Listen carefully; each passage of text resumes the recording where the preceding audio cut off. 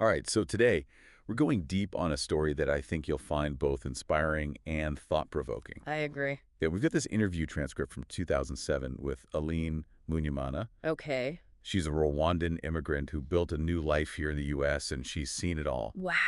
War, immigration, culture clash, you name it. Mhm. But what really jumps out at you?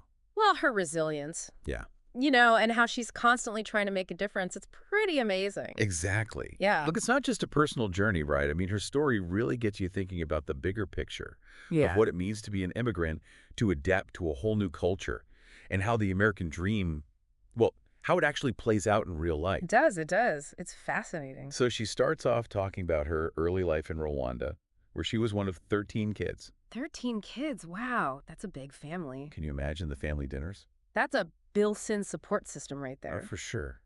And she was drawn to English, even Yeah. as a child, which Yeah. we'll see becomes really crucial to her success later on. But of course, this is also during the Rwandan Civil War. Right. A period of just intense violence and political instability that lasted for years. Yeah, it's hard to even fathom living through something like that. Yeah. The interview doesn't get into graphic details, but she does mention losing family members and the constant fear, like it just permeated daily life. Mm. And you can really see how that experience shaped her strength and her resilience. Absolutely. The Rwandan Civil War was rooted in decades of ethnic tensions between the Hutu and the Tutsi communities Right. and culminated in that horrific genocide in 1994. Yeah. So just imagine living through that kind of upheaval and violence.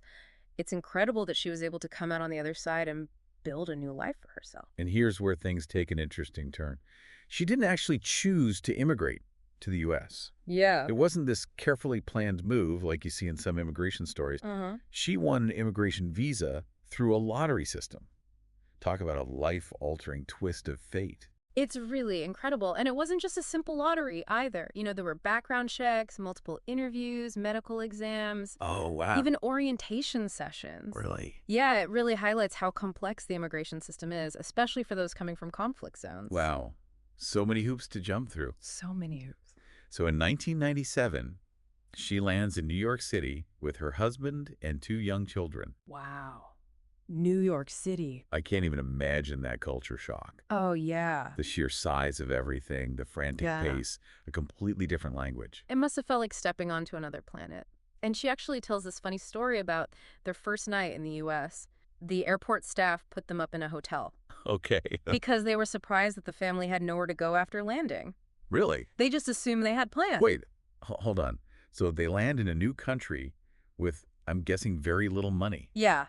and no place to stay. That's the level of boldness I don't think I have. It really speaks to the uncertainty and chaos that often accompany immigration. Yeah. They're literally stepping into the unknown, relying on faith and a bit of luck. But amidst all that culture shock, you have to admire her drive. She wasn't about to let these challenges stop her. She immediately started looking for work, refused to rely on government assistance. That's a decision so many immigrant families face. Right. That desire to be self-sufficient, to prove their worth, to not be seen as a burden. Right. It's a powerful motivator. Oh, for sure. And she tells this incredible story about navigating the Chicago subway system alone with limited English, Wow. just to apply for a job at a hotel. Yeah. I get lost with Google Maps, so You can see her resourcefulness, even back then, yeah. setting the stage for how she'd approach challenges in America. And remember that early interest in English she mentioned? Right. It paid off big time here. She picked up the language quickly, which made adjusting to her new surroundings so much easier. Right. But it's interesting because while Alene was thriving in her new environment, her husband, who was a chemist back in Rwanda, struggled to find work that matched his qualifications. It really shows how different the immigrant experience can be, even within the same family. It's a crucial point because there's no single immigrant experience. Right. Everyone's journey is unique and shaped by their skills, their education, even luck. It reminds us that the American dream isn't a one-size-fits-all guarantee. So true. So in 2003, they decide to move to Rockford, Illinois, Okay. looking for more affordable housing and a quieter life for their kids. It makes sense. They'd been living in the Chicago suburbs, but the cost of living there can be outrageous. Yeah. It's a trade-off so many families face. The hustle and bustle of a big city with more job opportunities versus the affordability and peace of a smaller town. Right. And once she's settled in Rockford, she shifts her focus to giving back to the community, starting a nonprofit organization dedicated to helping children in developing countries. This is where her compassion and her desire to make a difference really shine. It's inspiring, right? Yeah. After everything she's been through, she's focused on helping others. It shows that, for her, generosity isn't just about sending money back home. She's building something here, giving back to the community that welcomed her. You get the sense that, for Alene, generosity is a kind of antidote to the hardships she's faced. Totally. Her organization collects and donates shoes to children in need. Shoes. But why shoes? What was it about that specific need that resonated with her? Well, in the interview, she talks about how, for many kids in developing countries, a simple pair of shoes can be life-changing. Really? Yeah, they protect their feet from injury and disease, allow them to walk to school, Wow. and even participate in sports. It's a basic necessity that many of us take for granted. It's a powerful symbol of empowerment, isn't it? Giving someone the means to literally walk their own path. Exactly. It's about more than just footwear. It's about giving these kids the opportunity to move forward, to pursue their dreams. It's a beautiful example of how even a seemingly small act can have a ripple effect. Absolutely. But she's also brutally honest about her observations of American society. Yeah? She talks about how America doesn't always live up to the idealized image portrayed overseas. This raises some interesting questions about the gap between perception and reality when it comes to the American dream. Right. The glossy brochures and the Hollywood movies don't always tell the whole story. Right. Right. And she was particularly struck by the prevalence of homelessness in such a wealthy nation. She even shares a story about a homeless man taking her discarded food, Wow. which really made her think about societal responsibility and how we treat those less fortunate. It's a stark reminder that even in a country as prosperous as the United States, there are deep systemic issues that need to be addressed. Right? Poverty and inequality exist everywhere, and sometimes they're hiding in plain sight. It makes you think about your own assumptions, right? What blind spots do we all have? It's a good point. Alene's perspective as an outsider forces us to confront those uncomfortable truths Yeah. and challenge our own complacency. It's easy to get caught up in the narrative of American exceptionalism. Yeah. But her story reminds us that there's always work to be done. Okay, we've covered a lot of ground already, from her harrowing escape from war-torn Rwanda to her remarkable journey of rebuilding her life in America. But we're just getting started. When we come back, we'll delve deeper into Alene's experiences with cultural differences, how she's navigating parenthood in a new country, and what she ultimately hopes to pass on to her children. Don't go anywhere. Welcome back. Before the break, we were talking about Alene's honest observations of American society, like both the good and the bad. Right, right. Now, let's kind of shift gears a bit Go. and explore some of the cultural differences she encountered. Yeah. Starting with one that really stood out to me, and that was her aversion to Halloween. It's fascinating, isn't it? Yeah. Here in the U.S., Halloween is all about costumes and candy. Right. Exactly. But for Alene, it carries like a much heavier weight. Much heavier, yeah. In the interview, she explains that, well, her upbringing in Rwanda really shaped her views on it. Uh-huh. She associates Halloween with death and witchcraft, Mm. which are concepts that are, deeply rooted in Rwandan culture. Right. They hold kind of, different and more serious meanings there. It's a stark reminder that what might seem lighthearted and fun to one culture can be perceived very differently by another. And it gets even more interesting when you consider that her own kids, wanted to participate in Halloween festivities. Oh, yeah. You can practically hear the eye rolls from Alene as she talks about it. You can. That's that generational divide, right? Yeah. The kids are growing up immersed in American culture. Yeah. So naturally, they're drawn to the costumes, the candy, the sense of community that Halloween brings. Right. But for Alene, those deeply ingrained cultural beliefs and values, they haven't faded away. Right. It's like she's trying to bridge these two worlds, honoring her own upbringing, but also allowing her children to embrace their new home. That can't be easy. Definitely not. And this tension, between preserving one's cultural identity and adapting to a new culture, Yeah. that's something that so many immigrants grapple with. It's a delicate balancing act. It is. And she also talks a lot about the values that she wants to instill in her children. Forgiveness, resilience, pride in their heritage. Yeah. These themes come up again and again. These values are clearly at the core of who she is, likely shaped by her own experiences. Right. Remember, she comes from a large, close-knit family Right. and endured a civil war. Right, yeah. It's no wonder that she emphasizes the importance of resilience and forgiveness.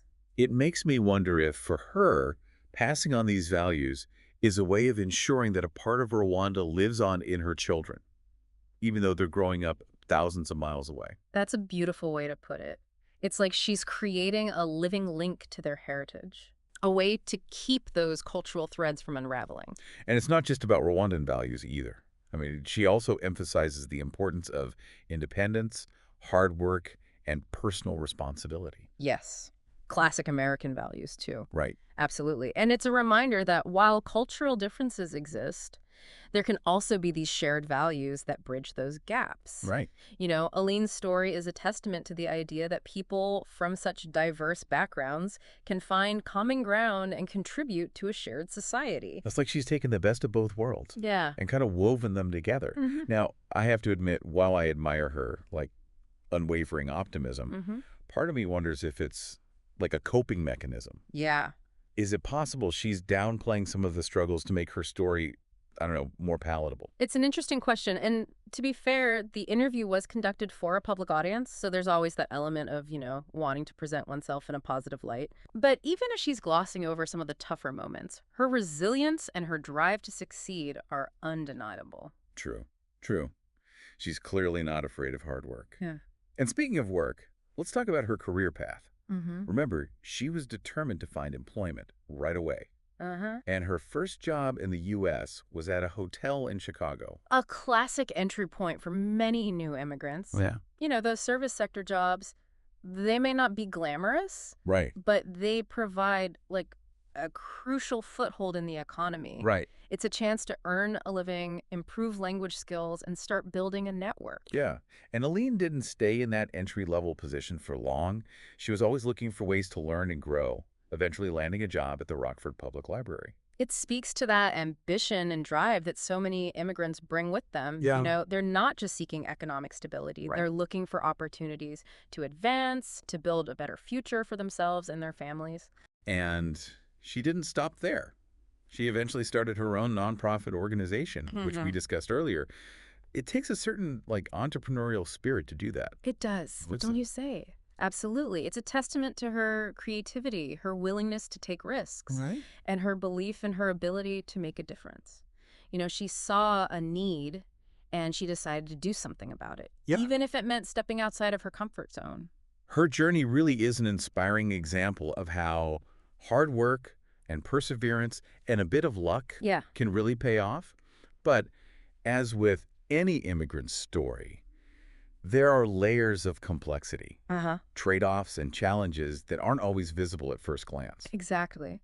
And I think that's one of the most valuable takeaways from this deep dive. It's challenging us to look beyond the surface Yeah. and consider the nuances of the immigrant experience. It's not just about individual effort. Right. It's also about systemic factors, access to opportunities, Mm-hmm. and the role of community support. All right, we're going to take another quick pause here. When we come back, we'll explore Alene's reflections on her journey, what she misses most about Rwanda, and her hopes for the future. Stay tuned. And we're back for this final part of our deep dive into Alene Munyemana's life and experiences. Yeah. So we've talked about her incredible journey, from war-torn Rwanda to building a new life here in America. The culture clashes. Right. Her unwavering drive to succeed. But I think there's one more layer we need to kind of peel back here. Okay. And that's, her reflections on what it all means. Yeah, and one of the most poignant parts of the interview for me is when she talks about what she misses most about Rwanda. And it's not the place itself, Right. but the people, especially her huge family. You can just hear the warmth in her voice when she describes their closeness, their traditions. Yeah. But there's also this deep sense of loss there, Yeah, she lost several family members during the Civil War. Right. And it's heartbreaking to hear her talk about it. It is. She hasn't been back to visit since coming to the U.S. in 1997. Mm. I can't even imagine carrying that weight of grief and being so far away from everything you've ever known. It makes you realize the true cost of starting over in a new country. It's not just about Yeah. leaving behind, physical things, but also severing those deep emotional ties to your homeland, your culture, your loved ones. Right. It's a sacrifice we often overlook when we talk about immigration. And she also talks about the difficulty of explaining her family's history to her children, Mm, especially like the loss of their grandparents. right. It's that like age-old dilemma, right? How Mm, much do you tell your kids about the darker parts of history, the pain and trauma? yeah. How do you do it without, I don't know, burdening them? Right. It's a challenge so many immigrant families face. Yeah. How to pass on a cultural heritage that's been fractured by violence and displacement. Right. How to instill pride in their roots without overwhelming them with the horrors of the past. It's a delicate balance. Yeah. It is. But what's striking is that despite all the hardship, Alene seems determined to pass on that sense of Rwandan pride to her children. Mm, She speaks their native language with them, cooks traditional food, right. plays Rwandan music. It's like she's created this little piece of Rwanda within her own home. It is. It's a powerful reminder that culture isn't just about location. Right. It's about those shared experiences, traditions, and values that connect you to something larger than yourself. Yeah. And for Lean, it's a way to keep those cultural threads alive for the next generation. And it's not about, like, limiting her children to just Rwandan culture either. She talks about wanting them to see the world, to travel back to Rwanda one day Yeah. and experience it for themselves.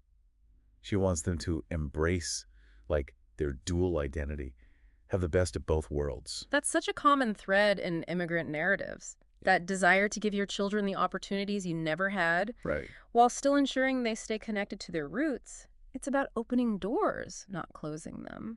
Alene's story is just such a powerful reminder that the immigrant experience isn't just about individuals moving from one place to another. Right. It's about the fusion of cultures, Yeah, the exchange of ideas and traditions, the creation of something new and vibrant. absolutely. Her journey embodies that idea beautifully. She's taken what she's learned from both Rwanda and America and kind of woven it into this tapestry of resilience, adaptability, and just unwavering hope. I think so too. So as we wrap up this deep dive, I think we're left with this question that kind of lingers. What can we learn from Alene's experience? What insights can we take away that might help us understand, I don't know, better understand the complexities of immigration and this pursuit of the American dream? For me, it boils down to empathy. Hmm. Aleen's story reminds us that behind every immigration statistic, Yeah. every headline, there's a human being with their own unique story. A story filled with challenges, triumphs, and dreams.